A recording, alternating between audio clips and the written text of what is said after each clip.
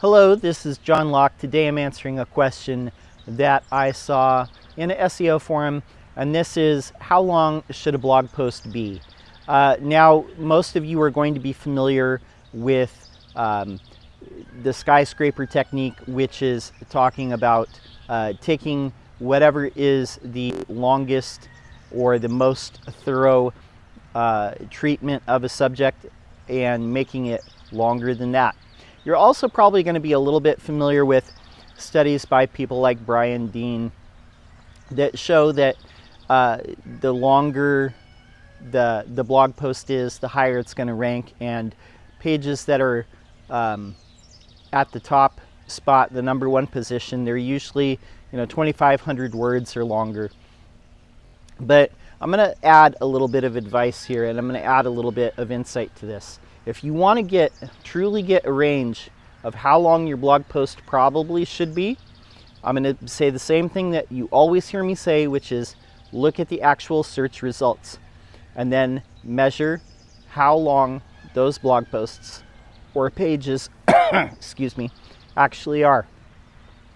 So to do this, so let's say that you're whatever it is that you're trying to rank for, Google that term, search that term, look at the top 10 results, and go to each of those pages. You can just copy and paste. There's several online tools that will give you a word count. So copy how many words copy the whole article, plop it in there, and it will tell you how many words are in that.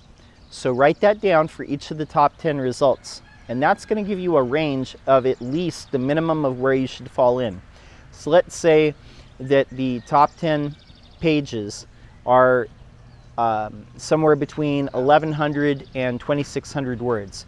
You know that you have to come in at a bare minimum of 1,100 words, and to get at the top, or at least to satisfy what Google thinks is a long enough blog post or a long enough page, you should probably be topping out somewhere at 2,600 words, maybe a little bit longer, but that should give you an idea.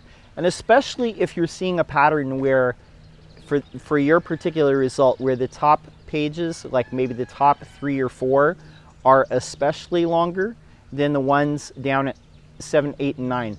But you're going to have to look at the actual results to know for sure. That is my guidance as far as that. If you want to skyscrape beyond that, if you want to go one step beyond, that's always helpful, and that usually seems to have a positive effect on where you're going to be with ranking. Now also remember, there's other factors at play.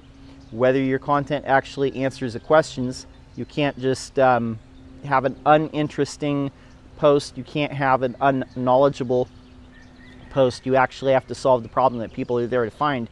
Also look at other elements on the page. Are there images? Are there HTML tables? Are there videos in that page? If so, then you're going to have those elements too. Or if you're seeing it in the majority of the pages, it's probably a good idea. Probably a good idea. And beyond that, you're going to have to get links to that page. And a good idea would be try to get links to that page as soon as possible. Push it on social, see if you can get traffic to it, but definitely try and get some links to that page that you're trying to rank as well. I hope that answers that question. The ideal blog post is going to be, the length is going to be determined by what's already ranking. That's going to give you the range that you're looking for. So, just look at the evidence. My name's John Locke. My business is Lockdown Design and SEO.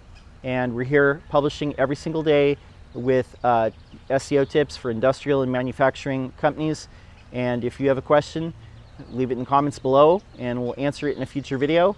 I'd be happy to see you subscribe. So, I'll see you around. Till next time, peace.